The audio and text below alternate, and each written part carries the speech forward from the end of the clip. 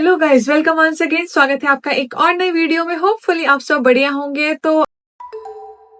तो आज की वीडियो में जो बात करने जा रही हूँ वो है यूके गवर्नमेंट का एक न्यू आर्टिकल आया है अबाउट स्किल्ड वर्कर वीजा, यहाँ पे इमिग्रेशन को लेके और नेट माइग्रेशन को लेके। क्या है आर्टिकल, क्या बात करी गई है, कौन सी जो आने वाली फील्ड्स है वो अफेक्ट होंगी, यूके गवर्नमेंट के क्या प्लान है। उससे पहले अगर आप मेरे चैनल को फर्स्ट टाइम विजिट कर रहे हो तो मेरा नाम है गुरप्रीत कौर, आप देख रहे हैं you me and England life. अगर आपने मेरा चैनल अभी तक सब्सक्राइब नहीं करा है तो आप ये चैनल सब्सक्राइब कर सकते हो for more informative video specially about UK life, UK visa. अगर आप यूके में आ चुके हैं तब भी चैनल आपके लिए हेल्पफुल होगा, और अगर आप आने का प्लान कर रहे हैं देन इस चैनल पर डेफिनेटली आपको बहुत सारी ऐसी वीडियोस मिल जाएंगी जो किसी न किसी वे में आपकी हेल्प जरूर करेंगी। So do subscribe guys if you are new at my channel. तो बात करते हैं आज की टॉपिक की। तो यूके की जो ऑफिशियल साइट है वहां पे 24 सितंबर को यूके गवर्नमेंट ने एक आर्टिकल पब्लिश करा। तो क्या है वो आर्टिकल? एज पर आर्टिकल, इस आर्टिकल की जो हेडलाइन है वो है new measure set out to reduce net migration. तो कुछ नई जो मेजर्स है वो सेट कर दिए गए हैं नेट माइग्रेशन को कम करने के लिए। अब वो क्या है, तो मैं पॉइंट्स जो इसमें बेसिकली बात करी गई है उन सब के बारे में डिस्कस करने वाली हूँ। बात करते हैं फर्स्ट पॉइंट की। तो फर्स्ट पॉइंट में यहाँ पे मेंशन है targeting sector depend on overseas worker. तो यूके गवर्नमेंट का जो सबसे पहला प्लान है वो उन सेक्टर्स को टारगेट करने का है जिसमें सबसे ज्यादा ओवरसीज वर्कर्स को हायर करा जाता है। तो कुछ मंथ पहले, कुछ वीक्स पहले मैंने इसके बारे में वीडियो भी बनाई थी, क्योंकि एक मंथ पहले भी यूके गवर्नमेंट ने इस चीज को रिव्यू करने के लिए बोला है मैक को। अब कुछ नई चीजें ऐड कर दी गई है इस आर्टिकल में।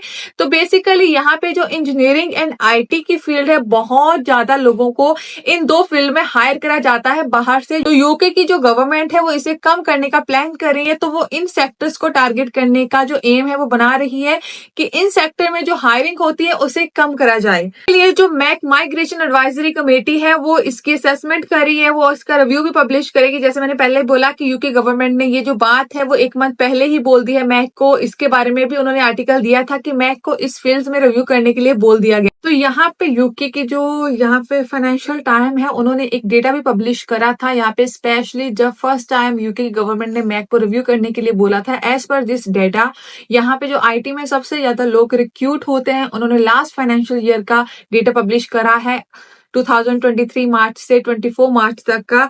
तो 4280 लोग ऐसे थे जो यहाँ पे प्रोग्रामिंग एंड सॉफ्टवेयर डेवलपमेंट के लिए आए हैं। इसके बाद 1879 लोग ऐसे थे जो आईटी बिजनेस एनालिसिस्ट आए हैं।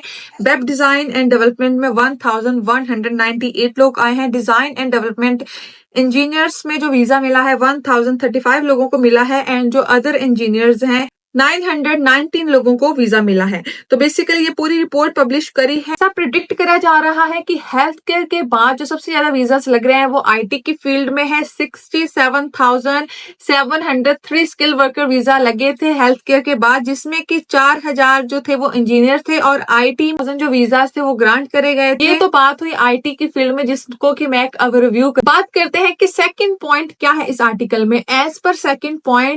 एज पर इस आर्टिकल जो सेकंड चीज पब्लिश करी गई है वो ये करी गई है कि स्ट्रेंथनिंग वीजा स्पॉन्सरशिप रूल। तो वीजा स्पॉन्सरशिप के टाइम पे जो रूल्स है, स्पॉन्सरशिप देने के जो रूल है उनको और टाइट करने की बात करी गई है। यहाँ पे यूके गवर्नमेंट ने क्लियर करा है कि जो लोग जहाँ पे रूल ब्रीच करते हैं स्पॉन्सरशिप के, उनके लाइसेंस को रिवोक करा जाएगा, कैंसिल करा जाएगा। जो भी एम्प्लॉयर इसको अब्यूज करते हैं स्पॉन्सरशिप सिस्टम को, उनको यहाँ पे पेनल्टीज दी जाएगी। इसके अलावा जो भी फॉरेनर वर्कर्स हैं उनके जो राइट है उनको सेव करा जाएगा, एंड उनके साथ फेयर ट्रीटमेंट की बात करी गई है। तो यूके गवर्नमेंट ये इंश्योर करना चाहती है कि जो भी लोग यहाँ पे आते हैं उनके साथ फेयर ट्रीटमेंट करे उनके एम्प्लॉयर।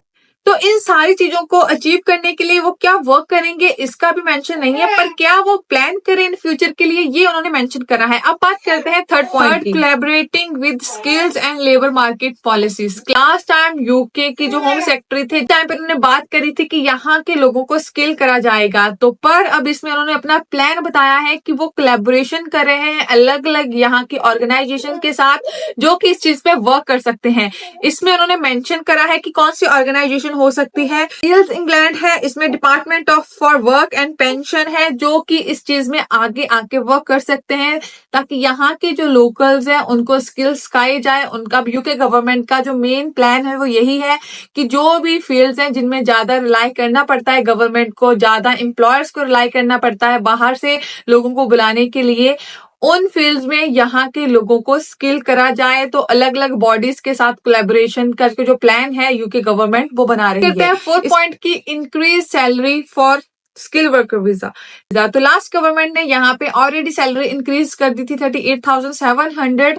तो यूके गवर्नमेंट अभी इसको सेम रखना चाहती है, इसमें कोई भी चेंजेस नहीं चाहती, क्योंकि गवर्नमेंट जब बनी थी उस टाइम पे मैनिफेस्टो पे ये बात करी थी उन्होंने कि इस सैलरी को रिव्यू करा जाएगा। पर अब जो गवर्नमेंट है, क्योंकि वो नेट माइग्रेशन को कम करने की बात कर रही है, उनका जो मेन प्लान है कि नेट माइग्रेशन यहाँ पे कम हो, तो उनका मानना है कि जो इस टाइम पे सैलरी है वो सही है। इसके अकॉर्डिंग जो लोग हैं वो कम यूके में आ पाएंगे, जो रूल है वो टाइट है, वो उसको स्टिल रखना चाहती है, इसमें कोई भी डिक्रीज नहीं लाना चाहती। लास्ट आर्टिकल में इन्होंने बोला था कि हो सकता है कि आने वाले टाइम में ये सैलरी इंक्रीज कर दी जाए, पर इस आर्टिकल में इन्होंने ये बोला है कि ये सैलरी का जो रूल है अभी स्टिल सेम ही रखना चाहते हैं, सेम ही रख के ये देख रहे हैं कि कितने लोग कम होते हैं। जो 5th पॉइंट है annual assessment and future plans.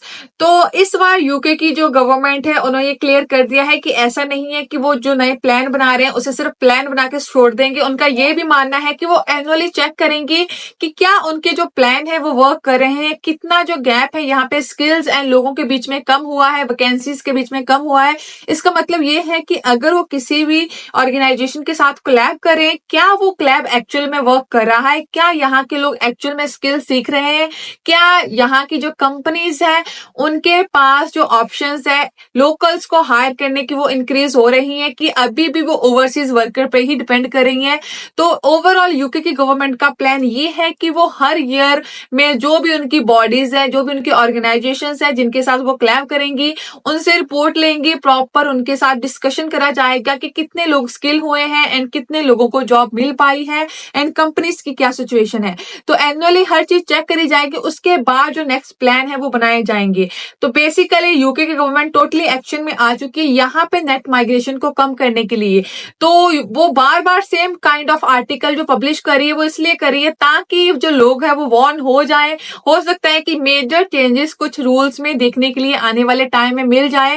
ये तो आने वाला टाइम ही बताएगा कि क्या कुछ रूल्स में मेजर चेंजेस होते हैं कि स्टिल सेम रहते हैं, पर जो आर्टिकल है वो time to time UK government publish कर रही है।